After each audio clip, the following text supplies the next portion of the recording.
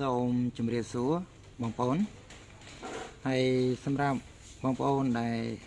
មានបញ្ហាទាក់ទងនឹងកម្មវិធីកុំព្យូទ័រ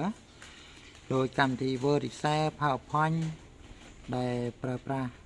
មិនបានមានបញ្ហា error អត់អាចប្រើប្រាស់កម្មវិធីបានបងប្អូនអាចទំនាក់ទំនងមកកាន់ពួកយើងបានណាអញ្ចឹងពួកយើងមាន license សម្រាប់ធ្វើការផ្ដល់ជូនបងប្អូនទាំងគ្នាហើយ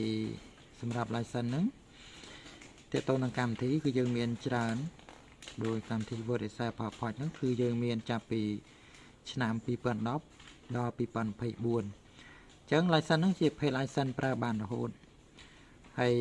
បងប្អូនទិញតែម្ដងគឺអាចប្រើបានរហូតអញ្ចឹងដាក់លើកុំព្យូទ័រមួយណាគឺប្រើបានរហូតនៅលើកុំព្យូទ័រមួយហ្នឹងអញ្ចឹងណាអញ្ចឹងសម្រាប់ license Windows ក៏យើងមានដែរអញ្ចឹងបងប្អូនមានរកការអាចតាក់ទងមកបានហើយជា paid license ដែលអាចប្រើបានរហូតដូចគ្នាហើយសម្រាប់ license នៅពេលដែលបងប្អូនទិញ